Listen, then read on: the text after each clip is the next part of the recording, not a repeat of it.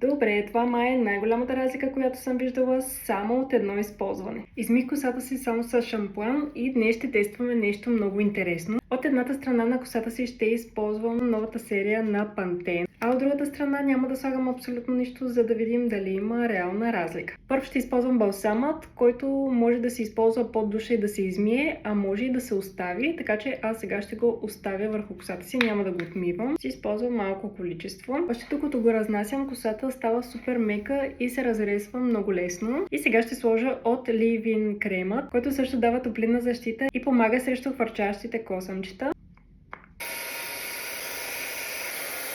От тази страна косата е много по-гладка, лъскава и оформена, а другата страна е много по-суха и бухнала. Така че тези два продукта са страхотни за суха и увредена коса, която ще я хидратират в дълбочина. Кажете ми честно, от коя страна бихте казали, че съм използвала продуктите на Pantene? От тази или от тази?